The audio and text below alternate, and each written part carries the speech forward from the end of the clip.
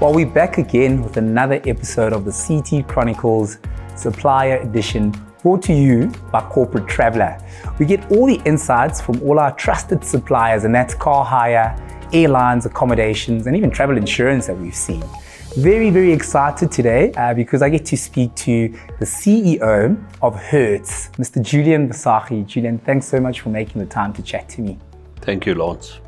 Well, Julian, on the agenda right now, what we're seeing is sustainability. And I see there's quite a few developments happening at Hertz. Do you want to talk me through those?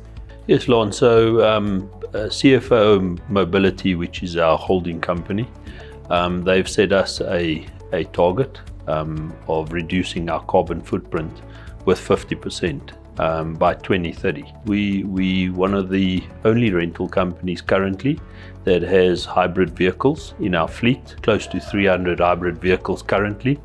We all have to reduce our carbon footprint. So the challenges are there, and it gives us an opportunity in the market to rent these vehicles out. There's a lot of talk about EV vehicles in the future.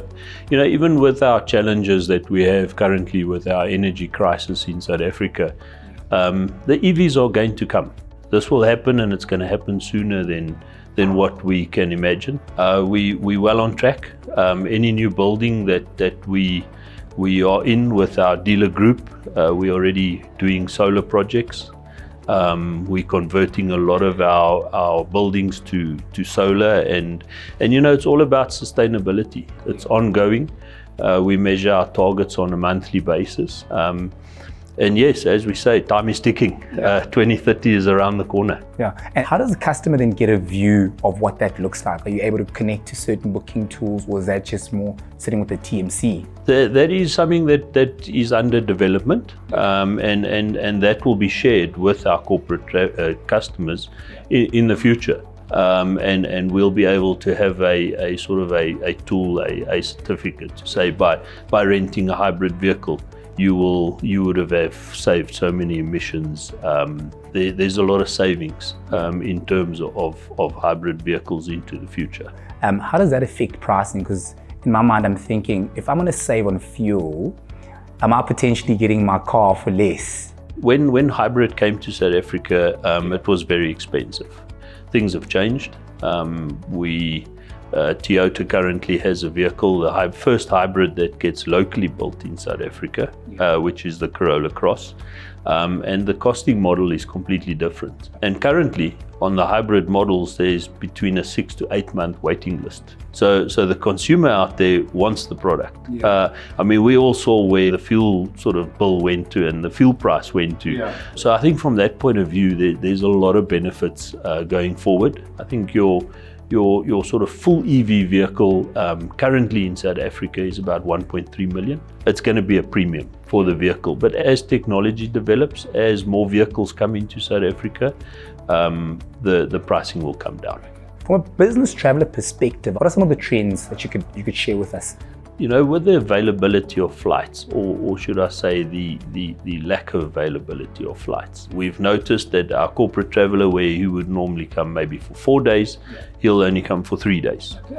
You know, it's all cost-based.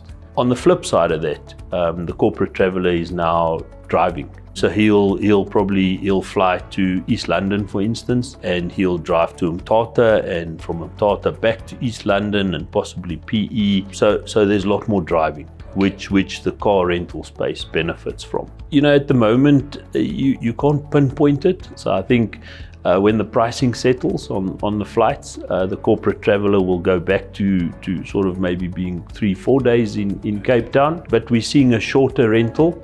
And in the areas where there aren't any flights available, we're seeing longer rentals. Okay. And what's ideal for you? I mean, what's your sort of advice to a corporate traveller?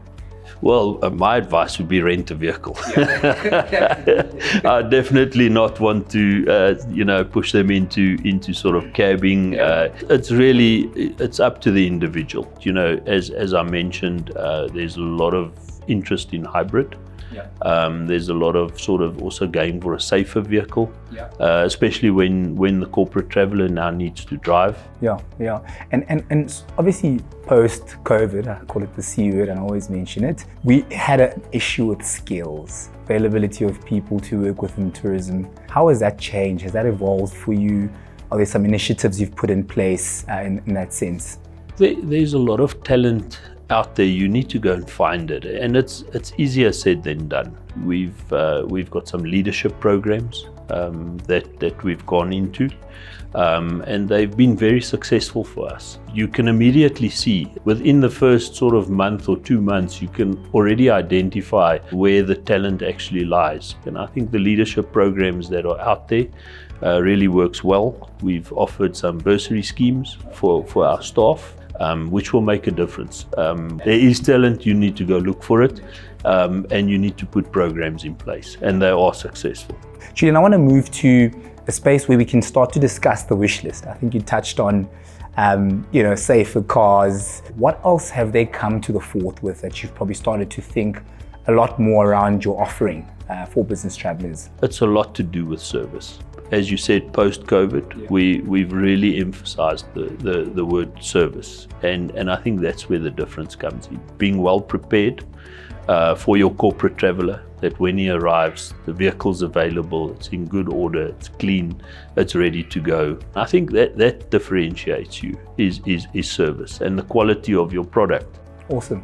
Julian, what can corporate travelers be excited about when it comes to the future of the travel space within the car hire space? You know, even though we have some challenges, there's always opportunity, and there's always opportunity to grow.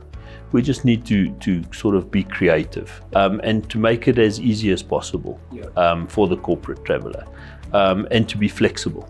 If they need to do an extension or they need to bring the vehicle back sooner, we need to be flexible. And I'm sure for you in your space, it's certainly demand is certainly still there. Are we still comfortable with the level of demand coming through? Yeah, definitely. The demand is there.